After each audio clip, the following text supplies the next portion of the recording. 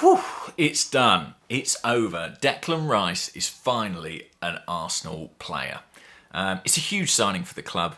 I think basically, if you get the chance as a football club to sign the next England captain, you do it, even if he is Irish.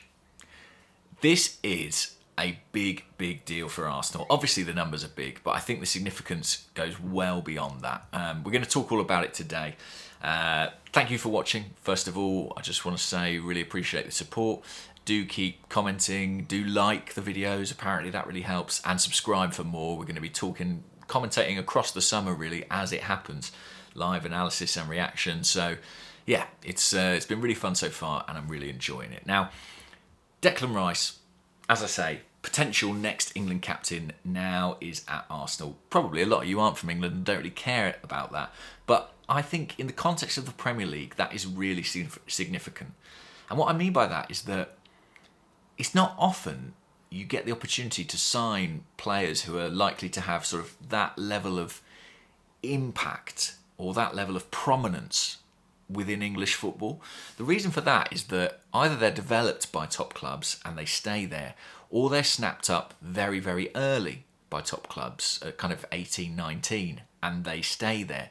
Declan Rice is a little bit unusual in that he stuck around at West Ham maybe longer than many people anticipated, partly because he didn't sign a new contract, partly because he was running that contract down and he wanted to get out.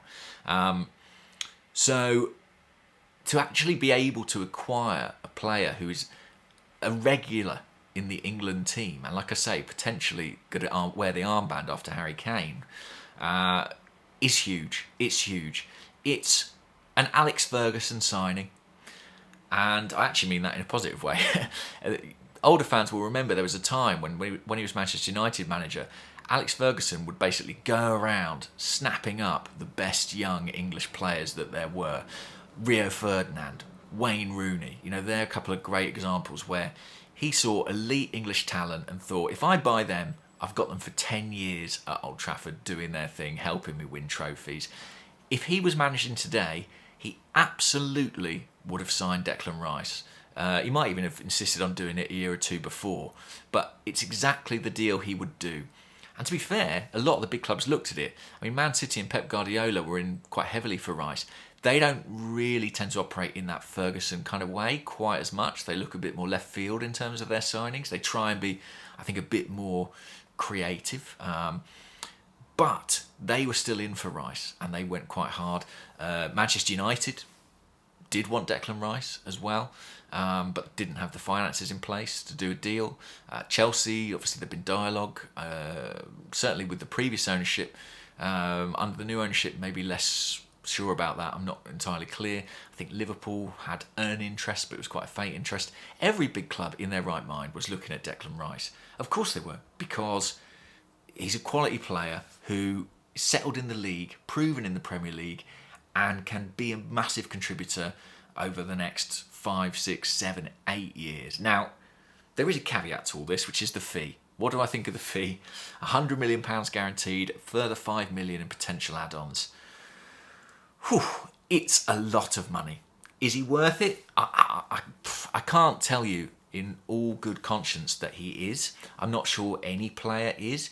I think any player, any holding midfield player or central midfield player, you have to be truly, truly, truly exceptional to be worth £100 million or more. It makes him the most expensive British player of all time, the most expensive transfer between English clubs of all time.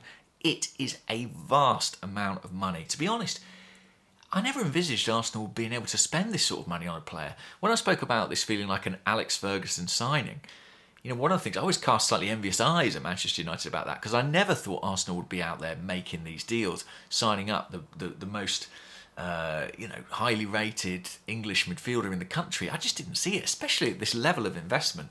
The owners have obviously played a massive part in that since they took 100% control of the company. There's been a lot more spending going on, and I think loans from KFC have been a critical part of that.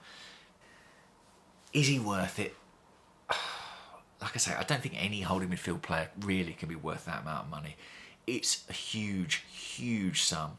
But I think for Arsenal, the value of this deal goes beyond purely the player. What do I mean when I say that? Well, he's a true marquee signing, and I think he sends a message about Arsenal going to a new level, elevating themselves as a club. They're back in the Champions League. He sends a message that we can do these deals for the most prized talent in Europe. Suddenly, Arsenal is a realistic destination for pretty much any player you could name, because we've shown a capacity to not only compete but complete deals at that level. I think beating Manchester City to a signing, even if they didn't push quite as hard as we did, still has tremendous value to Arsenal.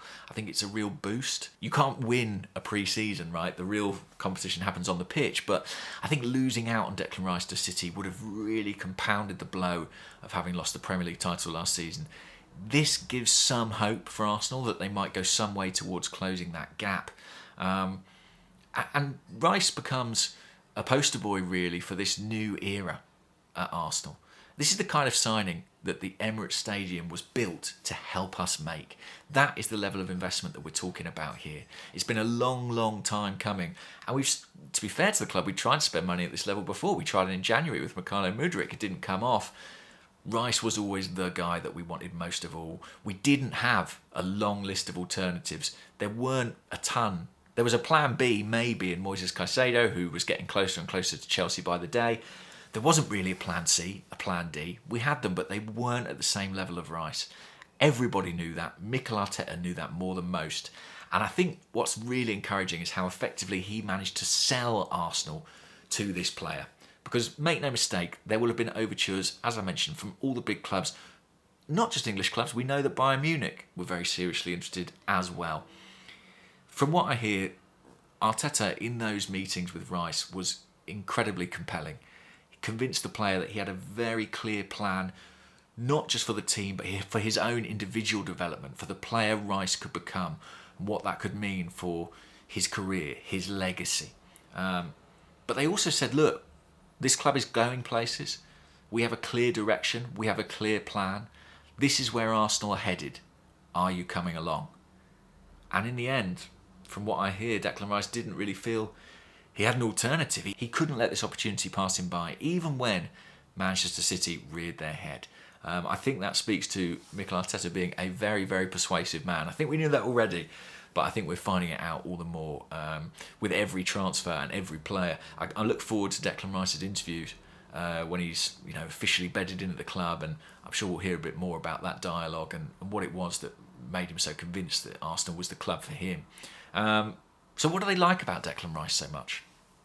Well, Arsenal's game is about control, right? I think we're all broadly agreed on that. And they basically think that Declan Rice will help them control games better. That's partly about what he does in possession. He's very steady on the ball, good passer. He can drive up the pitch, change the tempo if required. But I think this is a signing made principally because of what Rice offers out of possession. I think it's his defensive attributes that separate him from many of the other candidates, and maybe even from Thomas Partey, for example. I mean, I don't think Declan Rice can match Thomas Partey for that capacity to receive the ball under pressure, turn away from his man, play a ball between the lines. Partey's a much more attacking contributor than you might think. But I think defensively there are some holes in this game, and I think he gets a little bit stereotyped because he's this powerful guy, African holding midfield player. I think people assume, he's a defensive destroyer. I think that's inaccurate. I think he's all right defensively, and his physicality helps him win a lot of duels. But principally, he's about what he does on the ball, progressing the play. Rice can do that, but probably not quite as well. But where he is better than Partey, and the reason that Arsenal love him so much, is that he has a brilliant defensive instinct for the game. He's played at centre-back in his career, lest we forget. He has a natural capacity to plug the gaps.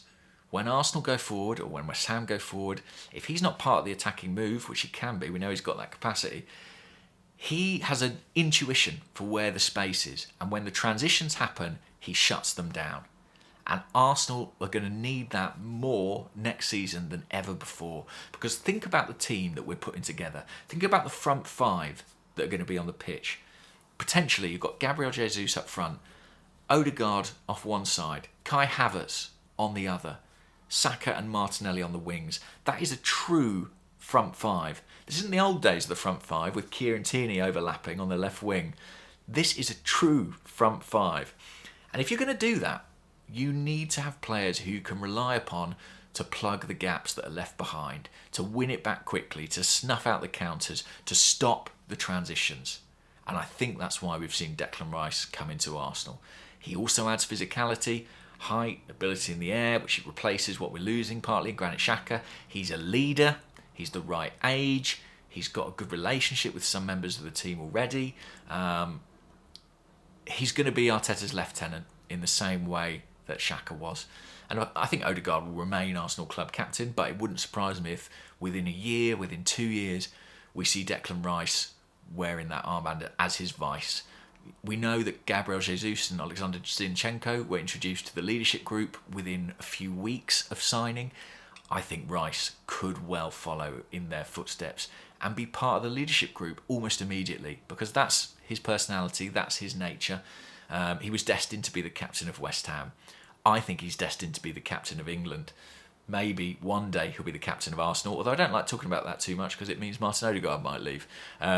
Whether he wears the armband for us or not, he might be like Leah Williamson, wearing it internationally but not at club level.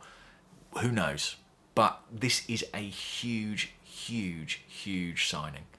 And yeah, like Declan Rice was when Mikel Arteta made that presentation to him and said, look, this is where we're going. I'm very, very excited. Can't wait to see him out on the grass in an Arsenal shirt. I bet he can't wait either. He's waited a long time for this move. There's a great article on The Athletic, which I've actually come off paternity leave to help with, about how this deal was done and a bit of the background there. Do check that out.